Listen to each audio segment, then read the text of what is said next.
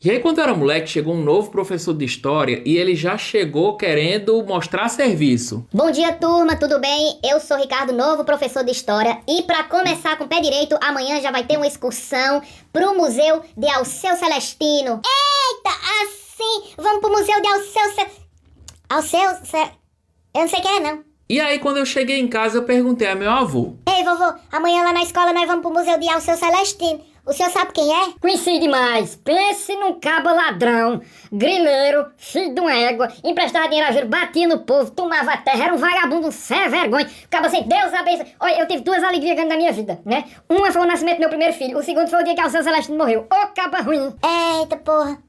Se lasquemos. E aí, quando nós chegamos na escola, o professor falou: Muito bem, turma, podem entrar no ônibus e quando chegar lá eu tenho uma surpresa pra vocês. E aí foi o motorista lá na frente, mais o professor e eu sentado mais um colega meu imediatamente atrás deles. Ei, Adri, tu sabe quem é Alceu Celestino? Se eu sei, Alceu Celestino era um vagabundo, sem vergonha, criminoso, grileiro. E eu não sei nem o que é grileiro, mas disse que dava tapa na cara de trabalhador, tomava terreno, emprestava dinheiro a juros, cobra, tomava as coisas do povo. Olha, era um vagabundo. E aí eu fui ficando com raiva, mano. Eu fui falando e ficando com raiva, virei e falei pro ônibus inteiro. E é isso aí mesmo, Alceu Celestino era um pilantra, um vagabundo, um grileiro. Eu não sei nem o que é isso, mas dava tapa na cara de trabalhador, graças a Deus. Olha, duas alegrias grandes que eu tive na minha vida foi o Brasil ter ganhado a Copa de 2002 e Alceu Celestino ter morrido. Porque pense no verme que só fazia peso na terra, era um filho de uma égua. E todo mundo olhando pra mim, horrorizado, incluindo o professor. Quando nós chegamos lá no museu, o professor falou: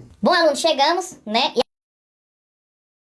Eu conheci uma menina na internet e a pior coisa que eu fiz foi responder ela. Primeiro que ela falava num tom de brincadeira que a gente namorava e eu não levava a sério porque sempre que ela falava isso ela sorria. E segundo que ela morava lá pras bandas do norte, num lugar chamado Rio Branco. E toda vez que ela vinha com essas histórias eu respondia, nem se eu tivesse desesperado. Quero lá negócio com namorar à distância. Ela achava que eu falava isso de brincadeira, só que eu falava sério, mas na mente dela não. Eu conversava com ela abertamente, aquele papo de sem compromisso. Falava das pessoas que eu tinha feito amizade, dos lugares que eu tinha ido e sempre que eu falava que tava em um lugar e tivesse mulher no meio, ela já ficava estranha. E ela foi ficando obsessiva no jeito de falar. E eu não gosto quando alguém, mesmo que na amizade, queira me prender como se eu dependesse. Do nada eu tava ocupado e chegava uma mensagem dela falando que tava triste, perguntando se eu tava desocupado. E se eu não respondesse na hora, ela mandava outras 200 mensagens, dizendo que tava com raiva, que eu não dava atenção pra ela. E eu tô percebendo agora que eu sou besta de tá dando explicação pra ela, porque ela não era nada minha. E eu ainda respondia falando que não tava podendo responder por conta que eu tava ocupado. E ela simplesmente ficava com raiva e dizia, eu sei que você tava com as outras mulheres, e me xingava de tudo que era nome.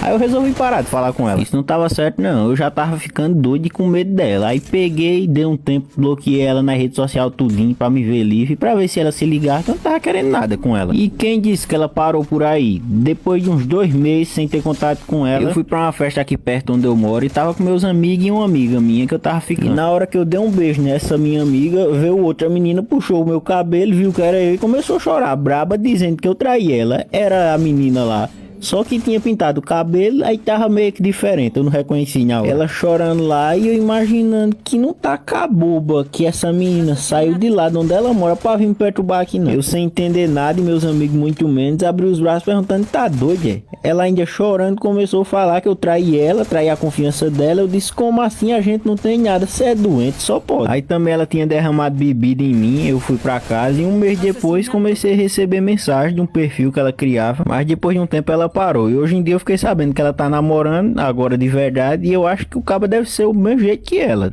ou pior.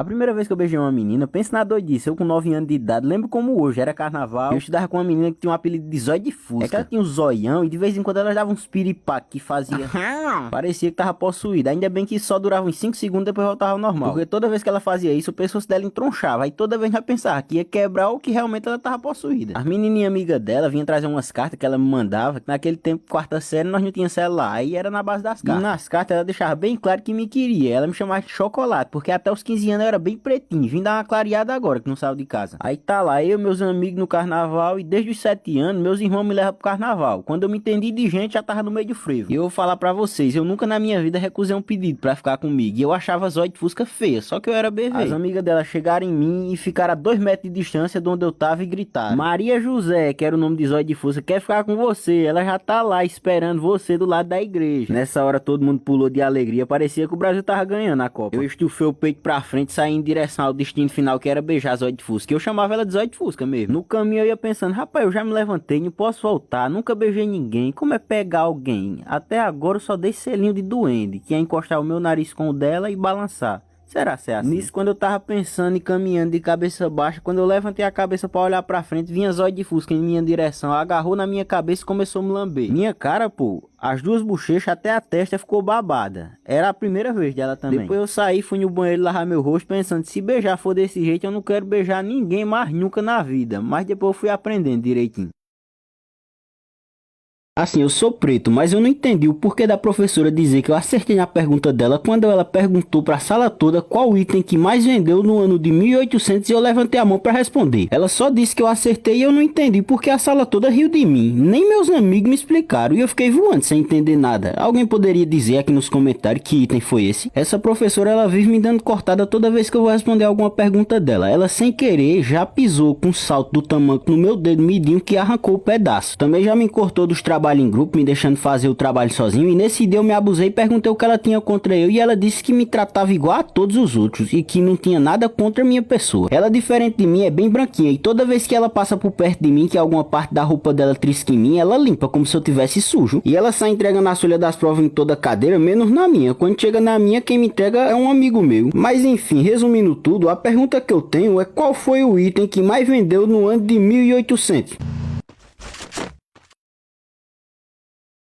Sabe aquelas meninas que era feia pra desgraça no fundamental e do nada depois de um tempo elas aparecem bonita como a miséria padrão, dos olhos castanho claro e com corpão? Pois foi o que aconteceu com a Vitória. A gente estudou no 5º ano até o 9º ano na mesma sala. O apelido dela era Vara de Bater Pecado, que a bicha era maga, sofria um bullying da boba e ainda gostava de mim. Era tipo Naruto e aquela bichinha dos olhos brancos. E ali é uma relação não recíproca, que ela gostava de mim e eu gostava de outra, que nem tava nem aí pra mim. Aí eu tratava ela mais como uma amiga, amigona mesmo, daquelas que ria das piadas sem graça que eu fazia na sala. Teve um dia que eu perguntei pro professor se ele sabia qual era a piada mais curta da história. Todo mundo ficou calado esperando eu falar qual era. O professor respondeu: não sei não, qual é? Eu falei pio, ninguém entendeu nada, ninguém riu, só a Vitória se acabou de rir e ainda bateu palma. Porra, agora eu tô percebendo que eu devia ter dado uma chance pra ela no fundamental. Bateu uma tristeza da boa, mas também eu era meninão, só tinha 11 anos. Pra mim o cabo só podia namorar com 18 anos e ainda me faltava 7 pra eu poder namorar. Bom, era o que meus pais diziam. Aí quando foi ontem eu viajei pra Tapera, cidadezinha aqui perto de onde eu moro, e quem eu encontro?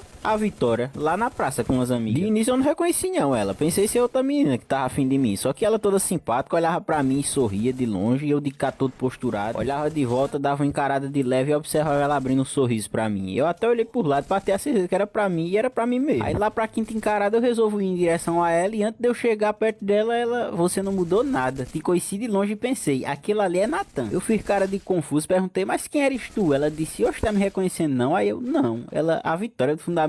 Eu digo: nem que as galinhas me mordam. Do nada apareceu uma galinha e me deu uma mordida. Eu disse: dá uma rodada aí. Aí ela deu, e a menina parece que tiraram o corpo de antes e colocaram uma marombeira, porque pensa numa filha da mãe bonita e gostosa. Diz ela que entrou pra academia, deu uma engordada, aí nós ficou conversando lá por um tempão bom. Ela disse que tá cursando psicologia, e o pessoal que tava com ela saíram, foram caminhando, porque eu disse que depois devolvia ela pra ele. Aí eu percebi que o nervosismo que ela ficava quando só ficava eu e ela conversando na escola tinha mudado. Ela não ficava mais assim. Eu gostei e desgostei por outra parte, porque me bateu uma dúvida se ela ainda sentia alguma coisa por mim ou não, e eu não gosto de me sentir assim. Aí fui direto ao ponto, perguntei: e aí, será que se eu e você botar uma bola de futebol numa ladeira, ela rola ou não rola? Aí ela disse: claro que rola, né, Natan? Aí eu atualizei: e nosso beijo, rola ou não rola? Ela disse: até rolaria se eu não tivesse namorando. Aí ela falou isso e me mostrou o anel de compromisso, e eu aceitei que perdi. Aí ficamos conversando, e pouco tempo depois eu fui devolver ela pros amigos dela, que o pessoal que eu já tava me chamando pra ir embora. Mas foi isso aí. Eu acho que o Naruto deveria dar uma chance pra Hinata antes de outro carinha mais esperto aparecer e roubar ela dele. Aí na escola eu sempre fui o cara que conversava mais e estudava menos, né? Aí eu lá conversando, botando os assuntos em dias, falando de Dragon Ball Z. Ei, bicho, essa luta com o Majin Buu tá rendendo, viu? Tu é doido? A luta já vai com 18 episódios e não acontece nada. Pois é, bicho. E é foda, doido. E enquanto a gente conversava, a professora de artes disse que no dia seguinte era pra gente levar 1 quilo de arroz, porque a gente ia fazer arte com arroz. E eu não escutei direito. Alunos, na próxima aula amanhã eu preciso que vocês tragam 1 quilo de arroz, que vamos fazer uma arte maravilhosa, desenhos com arroz, cola com arroz no papelão. Vai ser a coisa mais linda. Pois é, bicho.